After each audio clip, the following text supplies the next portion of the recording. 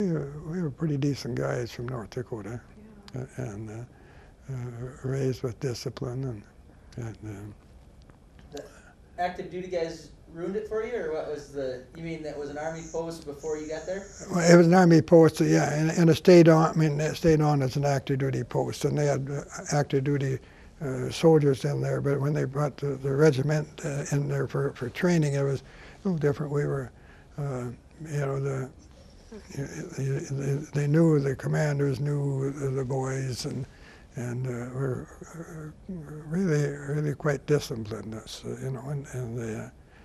Then we got some recruits in, and really got when our replacements before we shipped out. They were Nebraska and North Dakota boys, and I ended up in my platoon with, I was platoon sergeant, and several North Dakota boys, and I had friendship with them until they passed away. And after we got home, they taught me how to speak Norwegian, but the only thing that there were swear words, and so when I got home, they said, "Don't be talking Norwegian over the phone, over the country phones." You know, they hear the. So, I found out afterwards what the words were that we could. But they were good. We picked up good guys, and then we had them when we got out the West Coast. We got they filled us up again with regular Army troops, and they were unhappy that they were assigned to a National Guard unit. Good troops after we got them broke in. You know, they were like Broncos, and thought they could, but they were good guys, good soldiers. We had a good company, and I had the weapons platoon. We were just outstanding bunch of guys that stick together. Yeah, I was the old cluck hen with the chicks, you know. It didn't have an officer, but the officer that we had, Neil Tang, and he was the one that, and all he would say to me, "Bernie, you take care of the men, I'll take care of the officers." So it was, and he did. He was a boxer, and a good guy, but he was always never worried about anything, and he's deceased now, but I had stopped in to see him a couple of times, and when I was flying through and be meeting, and he never worried about catching the plane out of there again, you know. He just he wanted to stay longer, you know, but he was we had good officers.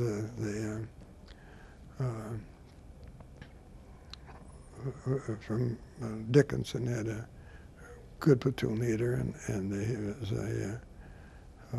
he got seriously wounded, and I got him back to we were out on patrol, and where he got wounded, and the company commander had to take him back, and they kind of had when you got him back to the aid station, you know, they put him in categories of, if you aren't going to live over here, and if there's a chance of you living, we'll evacuate you. But if you got over here, why waste this space? And that's what we thought, and that most likely wasn't the truth. But when I was on that patrol, when my platoon leader got killed, and the sergeant got wounded, and that's when I got knocked out at the same time, and the company commander asked if I would take them back, and I did, and the three other guys, and two of my squad leaders, and another guy from. We called him the tallest man in Emmons County, but we carried him back, and the my two squadrons cracked up from that the shelling that they'd got, and they I said I had to get back up. We used up all of our ammo, and the medic says you can't go back. You can't go back. He said you got you got problems, and I said we got to go back. So he set me down and fed me aspirins, and every half an hour, and pretty soon he looked at my eyes and said, you can make it, and when you get back off of patrol, turn yourself in. And I never did, but they and that coming back, they from that patrol, they came back through the line. There was a guy from Tower City that I had known, and he was in the Marine Corps. And he said, Bernie, he said, I've got your helmet. And he said, I thought you got killed. And he said, they saw a guy going through here that was dead. And he said, I've got your helmet. And in my helmet, I carried in the liner, or the steel helmet, and the liner, and I carried my billfold. And the only thing he could have in there was identification, but I carried a rosary, and he knew that when he looked at that, the name, and he knew that it was the Catholic faith. But I said, has anybody been notified on my death? And I said, I'm fine, and so, but that's where I got my helmet. And then I had that until I came back for OCS and had my duffel bag, and somebody swiped it out of my duffel bag, and had I saw about 6 or 8 inch split on the steel helmet, and that saved my life if I wouldn't have had that. So you had to wear your steel helmet. We'd go on patrol, and a lot of times if we'd have we'd get out front of the lines and stack our helmets and put soft caps on, because Asia helmet was bad and noisy, but it wasn't the best thing to do. But get back to the line, we'd grab our helmets, and company commander would, you're wearing the helmet? Oh yes, sir. But yeah, we were young kids, and got along good, fought,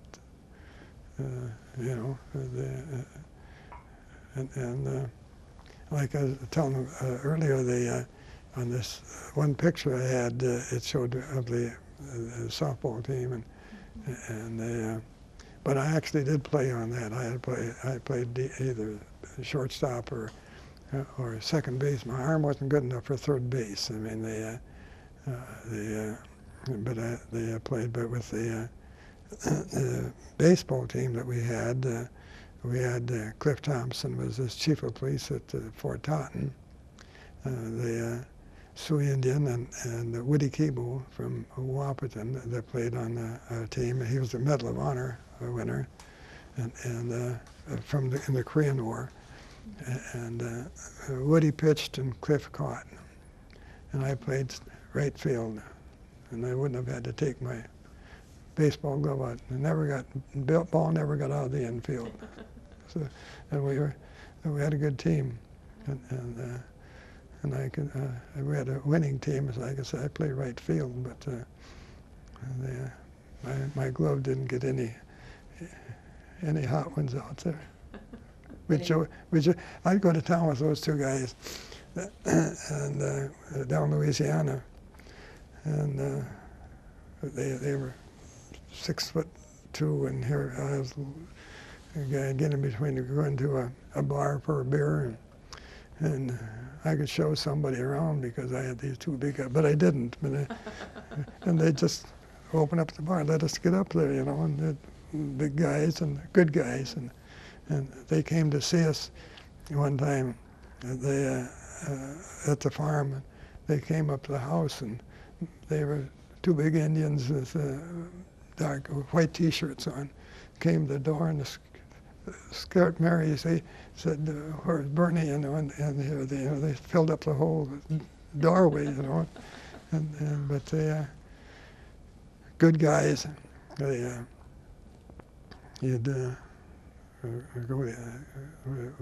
we spent quite a bit of time with Cliff Thompson and Woody Keeble. We'd see him down in Wahpeton. He had a stroke then after the Korean War. And his wife was a school teacher at the school in Wahpeton. But they were, Woody couldn't talk, and they, because of the stroke, and he was in a wheelchair. He was a highly decorated soldier in North Dakota. Yeah, good guy. Got a Woody story? Huh? You got a story of Woody? Do you have any other stories about Woody? Did I have something in the book that? No, I don't remember. I was just wondering if you did. This was when we were in Montana. I had a guy by the name Byron Walker, good shot, and at the base of at the Bozeman Pass, there was a restaurant up on top, an old couple, really treated us nice. So we could go in there and sit in their front room, and we didn't have any money. But so with the snowstorm, we'd pull the vehicles up the hill. He had a wrecker, an old wrecker, no brakes, so we'd hook onto him with our 3/4 ton and pull him up and pull him into his gas station, and we're going to pay. No, you got to go in and pay. You got to fill up with the gas here, and you got to go in and pay him. So we didn't get anything out of it except, you know, they treated us well, but we had more business whenever he'd like to see a storm. So we'd get that 3/4 ton and pull him up the hill and pull him into his gas station, and they'd go in. I'm sure he charged them for it, but that was all right. And then the one time I went up there, and there was a signal guy there, and said, I've been losing a lot of on my electric wires. Somebody is shooting them. How about your gun? No, I keep track of my ammo. I said, they've got every round that is shot, I have to have the brass on it. And I said, that isn't, because I knew when they got a deer that they'd turn there'd be one rifle be turned into me. But so this Byron Walker said then they were going to have a little contest, and I said, Byron, I'll bring Byron up. I said, he's a good shooter. And so I got Byron and brought him up there, and they had it was a 5-quart pail, oil bucket they'd throw up and see what they could hit. And Byron said, no. If you got a smaller container, anybody can hit that 5-quart, and using their rifle, because they wouldn't let him use the M1 or the O3s, and so they got a quart and threw it up, and I think he got about 5 times out of 5 hit it. That's the guys for shooting our insulators. No, I said, Byron has been shooting your insulators. He wouldn't do that. But then the guy laughed. Well, somebody sure is a sharpshooter, but Byron could. He was quite a guy. After the war, he had our kids. He never married till later. I think maybe later on, but I don't know, maybe not. He'd stop to our place about once a year in November. He'd be from Wisconsin, and he had them believing that he was Santa Claus's helper. He was there taking orders, and they'd look for Santa Claus to come, and he had he was a storyteller, and I know he was older, a little bit older than us, but he'd tell the kids stories about Santa Claus, I guess, but Byron was we had good we had good troops. They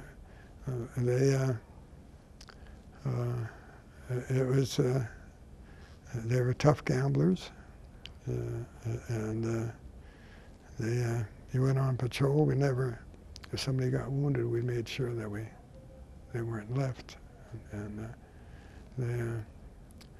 it was. Nobody really, the enlisted men. We had a couple of guys that, but they never cared to be a lieutenant. You got to be a first sergeant.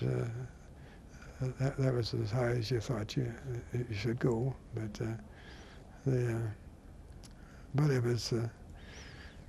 Commission was a good experience. They treated me well. I think I told you about when Mary was home on the farm. I left on New Year's Day. I left. I was with the guard, and they called and said, "Take your cats, your D7 cats, and they take them to Jamestown." And I had one in Jamestown. So then we got there, and they called, and they said, we'll take them to Sterling. They didn't have 94 yet. Then we'll take them there, and then we're going to meet up. And we got there, and they called in, and they said, now you take them on into Bismarck. It was cold, and they got into Bismarck and started out early, and the general called, and they had a meeting, and the governor guy was there, and I'd known him. Because I had, as an officer, I had handled a couple of funerals for him. He couldn't be there, and so we got into the meeting, and we were going to send them out to. I brought them into frame brakes and left them running because you couldn't start them at D7 Cat if they. And so the general said, "I'm not sure who I'm going to select to go out with that." And the governor guy said, "He's going to go with them." And I said, "Yes, sir." And I didn't even have a toothbrush with me, and so I got out to Dickens, and I had to go in and I buy clothes, and Mary always washed clothes, and after when I was all the time she's done all the housework. But one time I called Mary. I was going back I had to go up to Campus Station at Bismarck at the time, and I said, I've got a rash. I've got to check into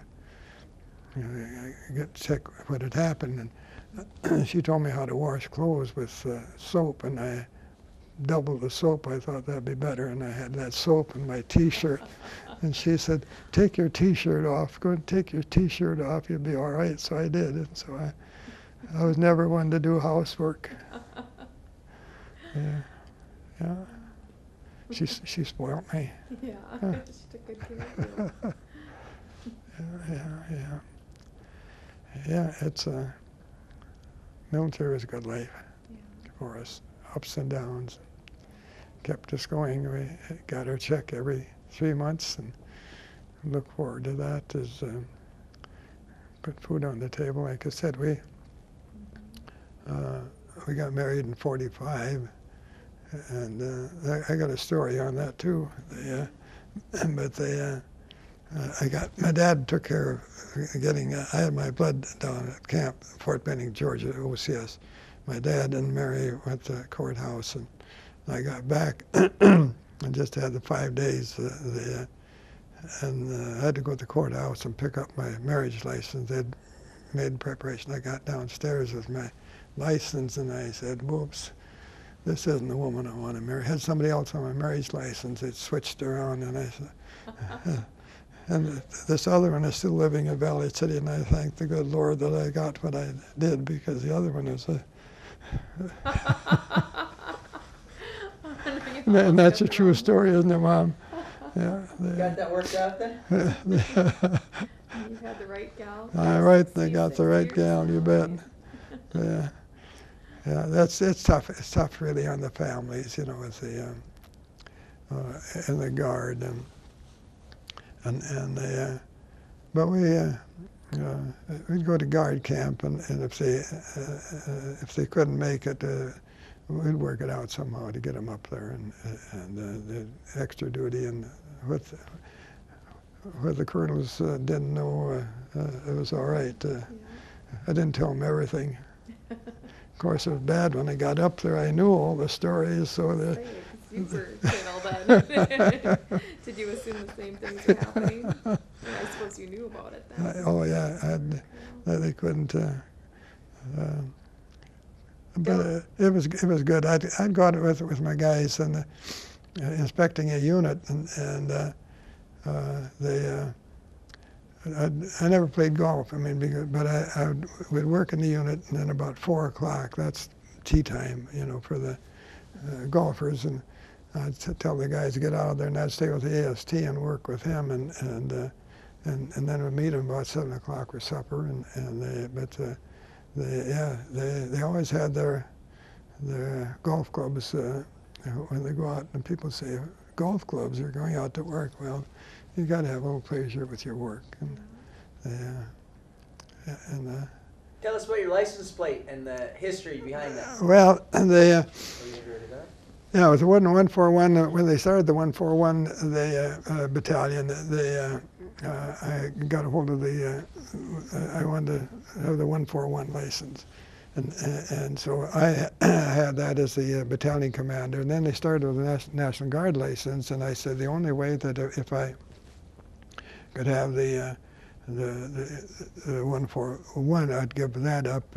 But they said no, that was supposed to go to the existing commander as a transfer, which wasn't the case. But I guess I wanted to. My dad had his license plate, and I can never understand why, but he had 150 license. That was his number, 150. And they really didn't know, but how things are. He'd know where we were. He'd say, "You were in Marion yesterday." And, how do you know? Never, you know, somebody would say, "Oh, Leo, we saw your car in Marion. What are we doing? Why didn't you come visit?" So he could tell where we were with the car without and with the 141, I'd go up to the air base, and we had a mission up at the air base, that security mission with the guard. See that license plate, and I get paged over the loudspeakers. Bernie Wagner, report to the office. And so, I saw they wanted to say hello, and so they. How many years have you had it? I suppose about 30 at least. Yeah, at least. Yeah, and when I got to the last, remember when they were putting the Army branch of the service, they had Navy on mine, and I said no. I said I'm not going to have Navy on my branch of service. I've had it longer than that. Did you get it when the 141 started? As soon as when the 141 from the 164 to the 141. Was it 1957? What was it? I think. And I've had it since. I got it then, and you were the first. Let me get this right. You were the first battalion commander for the 141. Yes. Right? Yeah. Well, no. Bernie Lyons was. Okay. I was. So what was your role when the 141 started? I was executive officer. Excellent. Okay. And training officer.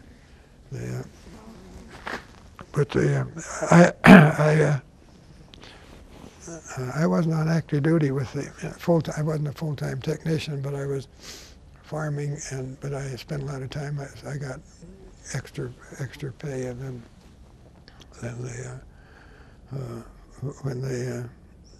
but I was his executive officer, and he was a good guy. He was a lawyer in town, and he'd stop, and he was a state's attorney in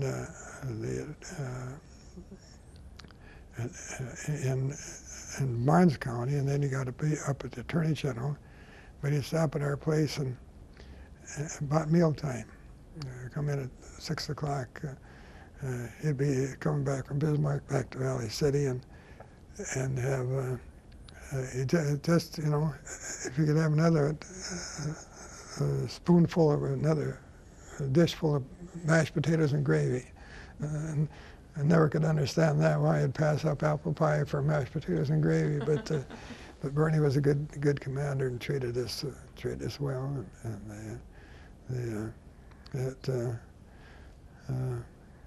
And tough. He was tough, but we had he was tough on his second lieutenants, and it was just lucky. A couple of them that he reprimanded really bad, and they had it coming to them, but not. But he had a rifle on the rifle range. Everything had to work just so with Bernie. Plans were just had to be, and I knew that, so that's why we got along good. And I had good guys in the right spot. But I had the inspection. I was running the range, and I had hand arms signals all set up. Because when the general comes from the Fifth Army, your commo's going to quit. We know that. I mean, that always happens. You know, someone comes on the range. Don't just was he stepped on the range and communications. Something happened to the communications. So we went on firing at hand arms. I was up in the tower, and the poor lieutenant, he got onto that lieutenant, the communication officer, and so he was going to. I'm going home. No, you're not going home.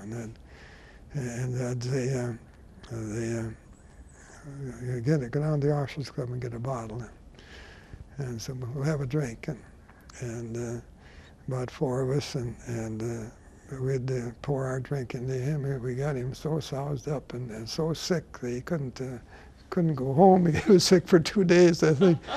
And I hear from him he's in Virginia, and I got a birthday card from him. He was going to go home. He was going to quit. And when he sobered up, he was sick, and he couldn't think of anything but getting well. He thought he was going to die, and we joke about that, how they and now you get. But Bernie just was so tough on him, and he was soft-hearted, but he could really rip it to you if he wanted to. How would you describe your leadership style? Mine, very demanding, and they wanted respect of our soldiers with their families. So the families really came, wanted them to come to guard camp with and you heard stories about guard camp up at Camp Grafton. We'd have I'd see the medics and the girlfriends would come up away, and then the next we'd have an outbreak of poison ivy after that on their knees, and don't have to quote that. They take their girlfriends back in their rifle range. So we'd have to alert the medics. Governor's Day, gonna have some poison ivy. I don't mind switching tapes, but I got about 9 minutes left on this tape, and we've already taken a couple hours of your time. So, I don't mind going longer, but well, I have more questions. You got some more questions?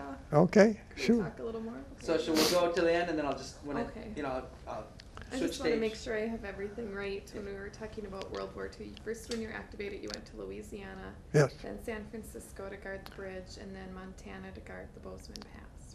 yes. And then you went to Guadalcanal from there. Well, we went to the New Caledonia New Caledonia. for training, and I had a guy in the platoon that was just like a bronco. He was hard to break, and joined us, and good guy, tough, and he would walk at night and up to the highest hill in New Caledonia, put up a flag. I mean, he was just, and then he would challenge me with the platoon to go up and get that flag. Well, you know, and so, and it was good for us that we did, because, but he was just, he could do, he was just work all day and hike all night. I mean, it just seemed like it was just, on that we trained. I couldn't figure out why that we were being trained, but we were in good condition. We were in good condition. We went off the ship. We had to go down the rope ladders, and I had a squad leader in the mortar squad. There was a gunner. He wouldn't go down the rope ladder. You got to go down the rope ladder. Like hell, he wasn't going to go down the rope ladder, and it was because it was rope swinging out, you know. And then you got down about, maybe about 4 feet. Then you'd at the bottom. Then you'd have to drop down into the Higgins boat. And so he wouldn't go as high as I carried his mortar, and down, and I thought maybe he would come, but. And here he was. We're about 2 miles, I suppose, out on the ocean from shore. Maybe not that far, maybe a mile. But he was going to swim to shore, and I said to the Higgins boat, swing by and pick him up. And we did. The swung by, and he jumped into the Higgins boat. But he wouldn't go down the rope ladder. But good soldier, you know. That's he looked out for the guys. But it was one night, the platoon leader was on the front line, and he said they got us spotted. He was kind of spooky, but a good guy. The one was, but he wore and it was we couldn't figure out. We thought they had a tent, but it was the monkeys. They were throwing the nuts in the tent, at the tent, and he thought somebody was spotting us, was going to shell us, you know. But it's okay. What else were you going to ask me? Well, then from New Caledonia, then you went to Guadalcanal. Yes, right? yes. After all that Yeah. training, what was it like when you arrived? Well, they sent back from the Marines, came back to brief us, and they said the Japs were not very good at shooting. I mean, they were not good sharpshooters, which was not the truth. But and I suppose the thing that I remember, the only time I ever had baked beans was the 4 o'clock in the morning. It was the day we left. Got one over in the Guadalcanal, the Navy beans. We had for breakfast. We had baked beans, and I remember that as a young guy, and it was really confusing when we landed on the canal. And I was not the platoon leader, but we marched, and we were sure we didn't know where we were going, and then you'd see the same thing twice, that somebody was guiding you, and if you went past the same place twice, you knew that we were lost, and we were getting into position, and getting into position to fight. We had good fighters. The good Browning automatic rifle guy was right up in the line. He just a BAR was a tough weapon. You had to keep it spotless, otherwise they would jam. And I don't know how he kept that, and how he was just a quiet guy. And he comes back to the reunions. How many Japanese he shot with the BAR. And see, we have a 164 reunion every year, and they're getting fewer. And I'm the only one now. The World War II. Another guy is with his son. Other than that, but then every other year we have a Company G reunion, and that brings back the younger veterans. And I'll tell you, they're just as loud as we were back when they were that age. But they're quieting down now too. We're very fortunate with the 164th.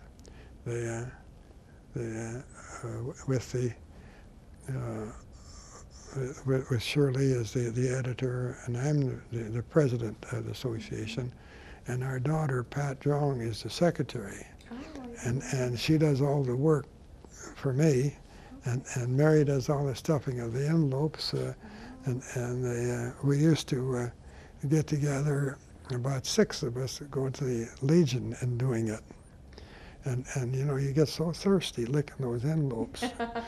And so, but then we still took the time off. Then we bought envelopes self-sealing, but we didn't tell our wives. But we had to have an hour after it got done to drink that pop. And so we would look forward to getting together. But the last couple of years, I think Mary, she'd put the the addresses on, and we'd work together on it, and 3-4 days. And it isn't that she said I couldn't go to this social, but she wanted to go with me, you know.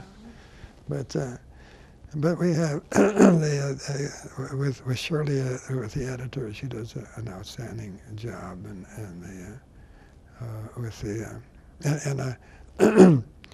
our daughter is so fussy with the addresses, and like she wrote to Owen Wallace. I mean, it just happened to be that name.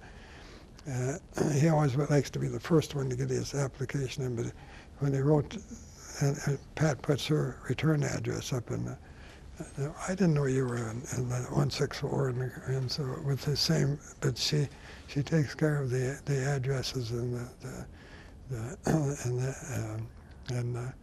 works very closely with Shirley, do you know Shirley very well? Do you know her? Yeah, I know her. I don't see her often since she's very good, and she's a good worker, and with the books sales, and Pat is so good with the money. I mean, you have to account for every. And I bought a book. I thought Pat had an extra book, and she ordered 2 books, but she let me know that she wanted the payment for those books before she gave me the books. She got that straight. She's got to account for for everything that she gets. It's Legion Merit. Yeah, I got that when I was.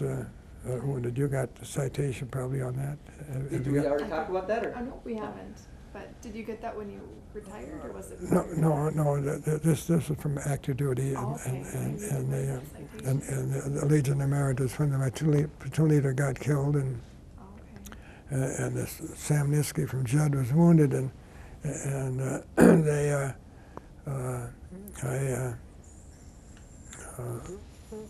I was banged up, and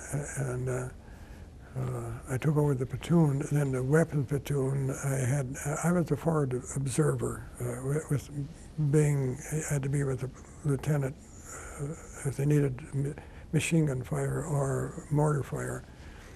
And then when I got back with the weapons, got them with the ammo, got them straightened out. Didn't have, and the company commander said, "You're going to take over this platoon." And it was all goofed up with, the wounds, and it was a little tougher. Me coming out of a weapons platoon into the rifle platoon as a platoon sergeant, platoon leader, but they thought that they were capable of running their platoon, and so I had to show them who was boss, and we got organized and went back, and they fought. They weren't going to they had enough, but they were going. And I convinced them that that they were going to, and they. I had lost 2 squad leaders out of my platoon that cracked up, and they lost their platoon leader in this one,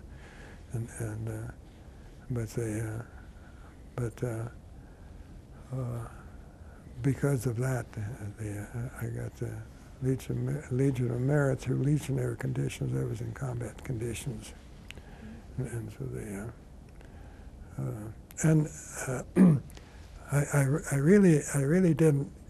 I knew they put me in for it, but then you just say, well, it gets lost. So when I got back about 20 years ago, they have a Combat Leaders Association.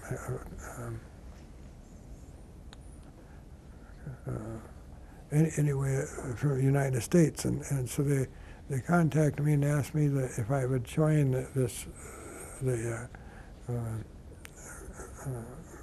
second lieutenants in combat, and that isn't what it's called. But anyway, I said that that I was never, I didn't get a commission in combat, but I did, but I wore the bars, and so we pursued it, and they found this letter in there where I was supposed to get the Distinguished Service Medal, and there was written, and it was awarded to me about 20 years later. Oh my goodness. Yeah, it was there, and the handwriting. I mean, it was my platoon leader and the company commander, and I reorganized that platoon and into a fighting condition.